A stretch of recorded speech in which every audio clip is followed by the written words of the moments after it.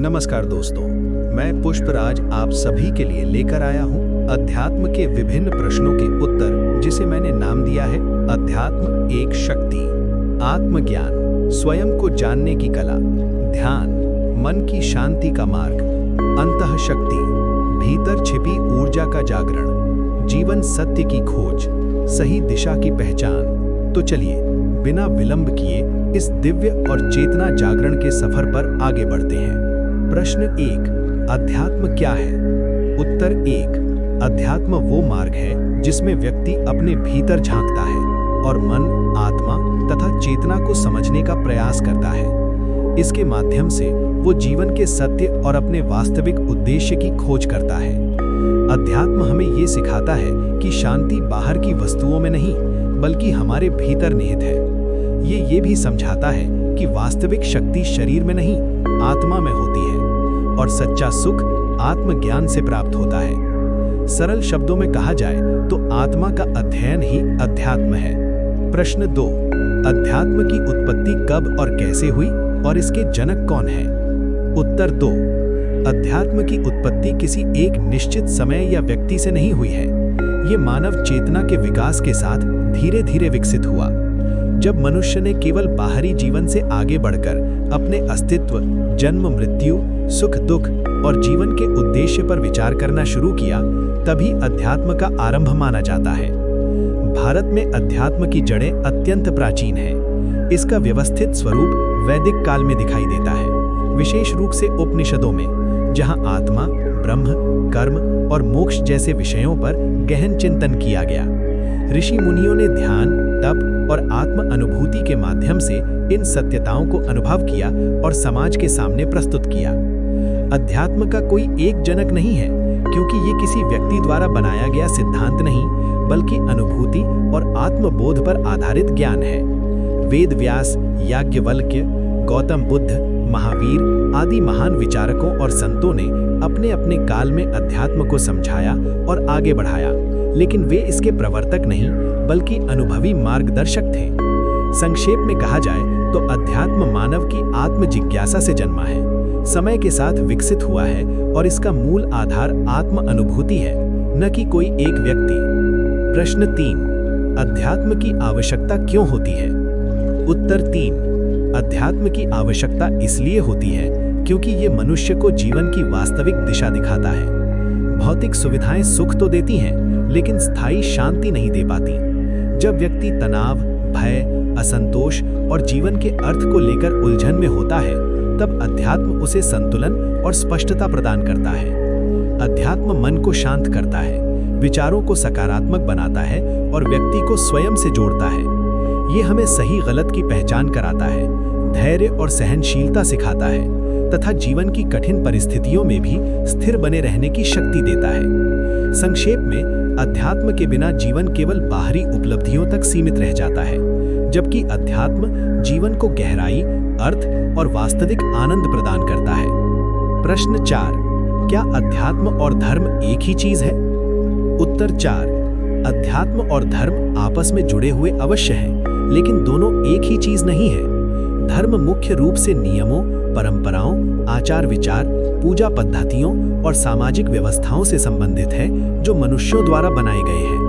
ये व्यक्ति को एक निर्धारित मार्ग और अनुशासन प्रदान करता है, जिससे समाज में व्यवस्था और नैतिकता बनी रहती है। इसके विपरीत अध्यात्म व्यक्ति की आंतरिक यात्रा है। इसमें आत्मा, चेतना और सत्य के प्रत्यक्ष अनुभव पर जोर दिया जाता है और ये प्राकृतिक है।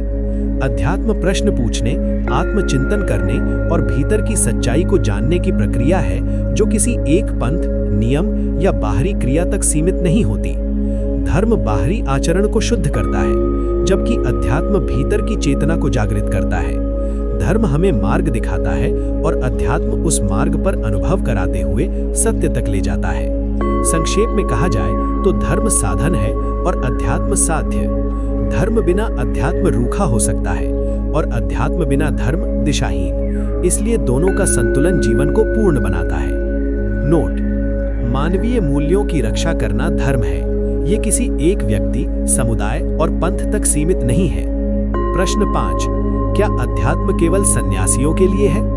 उत्तर 5, नहीं, अध्यात्म केवल सन्यासियों के लिए नहीं है। अध्यात्म हर उस व्यक्ति के लिए है जो अपने जीवन को समझना, सुधारना और संतुलित बनाना चाहता है। श्रीमद् भगवत गीता का संदेश, कर्म करते हुए भी व्यक्ति योगी हो सकता है, अर्थात गृहस्थ जीवन में रहते हुए भी आध्यात्मिक उन्नति संभव है। निष्कर्ष, अध्यात्म हर व्यक्ति के लिए है, चाहे वो गृहस्थ हो, विद्यार्थी हो, नौकरी पेशा हो या सन्यासी। अध्यात्म जीवन से भागना नहीं, बल्कि जीवन को जागरूकता से जीना सिखाता है। प्रश्न 6, हमें अध्यात्म की शुरुआत कहाँ से करें? अध्यात्म की शुरुआत किसी आश्रम, ग्रंथ या गुरु से पहले अपने भीतर से होती है। अध्यात्म के लिए इनका होना अनिवार्य नहीं है। ये एक सरल, क्रमिक और व्यावहारिक प्रक्रिया है, जिसे कोई भी, कभी भी, कहीं से भी शुरू कर सकता है। 1, स्वयं को जानने की जिज्ञासा से शुरुआत करें। सबसे पहला कदम है, मैं कौन हूँ, मैं क्या चाहता हूँ, मेरा जीवन क्यों है? इन प्रश्नों पर शांत मन से विचार करना अध्यात्म का द्वार खोलता है। 2, दैनिक जीवन में सजगता लाएं। जो काम करें पूरे होश के साथ करें। बोलते समय शब्दों पर ध्यान दें। क्रोध, भय, लालच जैसी भावनाओं पर ध्यान दें, उनके कारण का पता लगाएं, दबाएं नहीं। ये मन को स्थिर करता है और आत्मचिंतन बढ़ाता है। 3, थोड़ी देर मौन और ध्यान अपनाएं। रोज 5-10 मिनट शांति से बैठें। श्वास पर ध्यान केंद्रित करना सीखें। विचार आए तो लड़े नहीं, बस ध्यान दें, उनके कारण का पता लगाएं। ये मन को स्थिर करता है और आत्मचिंतन बढ़ाता है। 4, सत्य, करुणा और नैतिकता को जीवन में उतारें। अध्यात्म केवल ध्यान नहीं है, बल्कि सही कर्म, सही भावना, सही सोच है। छोटी छोटी बातों में ईमानदारी और करुणा अपनाएं। 5, अच्छे विचार और ज्ञान से जुड़ें। प्रेरक आध्यात्मिक पुस्तकें पढ़ें। शांत लोगों के विचार सुनें। परंपरा नहीं, अनुभव को महत्व दें। 6, धैर्य रखें। अध्यात्म एक यात्रा है। अध्यात्म कोई त्वरित परिणाम नहीं देता, ये धीरे धीरे जीवन को बदलता है। निष्कर्ष, अध्यात्म की शुरुआत बाहर नहीं, अपने भीतर आवरेज से होती है। थोड़ा सा ध्यान, सही कर्म और आत्मचिंतन, यही अध्यात्म का पहला और सच्चा कदम है। प्रश्न 7, हमें कैसे पता चलेगा कि हम अध्यात्म के मार्ग पर चल पड़े हैं? जब अध्यात्म शुरू होता है तो कोई घंटी नहीं बजती और न ही कोई चमत्कार दिखाई देता है। अध्यात्म के संकेत भीतर के बदलावों से पहचाने जाते हैं। 1, आपके भीतर शांति बढ़ने लगे। परिस्थितियां वही रहती हैं, लेकिन आपकी प्रतिक्रिया शांत होने लगती है। छोटी बातों पर क्रोध कम होना अध्यात्म का पहला संकेत है। 2, आप स्वयं को देखने लगते हैं। आप दूसरों को दोष देने से पहले अपने विचार, भावनाएं और व्यवहार देखने लगते हैं। ये आत्म जागरूकता अध्यात्म की पहचान है। 3, अपेक्षाएं कम और स्वीकार बढ़ने लगे। आप हर चीज अपने अनुसार नहीं चाहते, जैसा है उसे समझने और स्वीकारने की क्षमता बढ़ती है। 4, करुणा और संवेदनशीलता बढ़ती है। दूसरों के दुख आपको छूने लगते हैं। आप बिना स्वार्थ मदद करने लगते हैं। ये हृदय के विस्तार का संकेत है। 5, दिखावे से दूरी बनने लगती है। आपको अपने ज्ञान या साधना को दिखाने की इच्छा कम होती है। अहंकार धीरे धीरे ढीला पड़ने लगता है। 6, मौन और एकांत प्रिय लगने लगता है। शोर में रहते हुए भी भीतर शांति बनी रहती है। थोड़ी देर अकेले बैठना सुकून देने लगता है। 7, प्रश्न गहरे होने लगते हैं। अब प्रश्न ये नहीं होता कि दूसरे कैसे हैं, बल्कि मैं कैसा हूँ, मैं सही जी रहा हूँ या नहीं। ये प्रश्न विचार में आने लगते हैं। निष्कर्ष, जब जीवन में शांति, जागरूकता, करुणा और संतुलन बढ़ने लगे, जब अहंकार कम और समझ बढ़ने लगे, तो समझ लीजिए कि आप अध्यात्म के मार्ग पर चल पड़े हैं। अध्यात्म एक शक्ति के पहले भाग में बस इतना ही।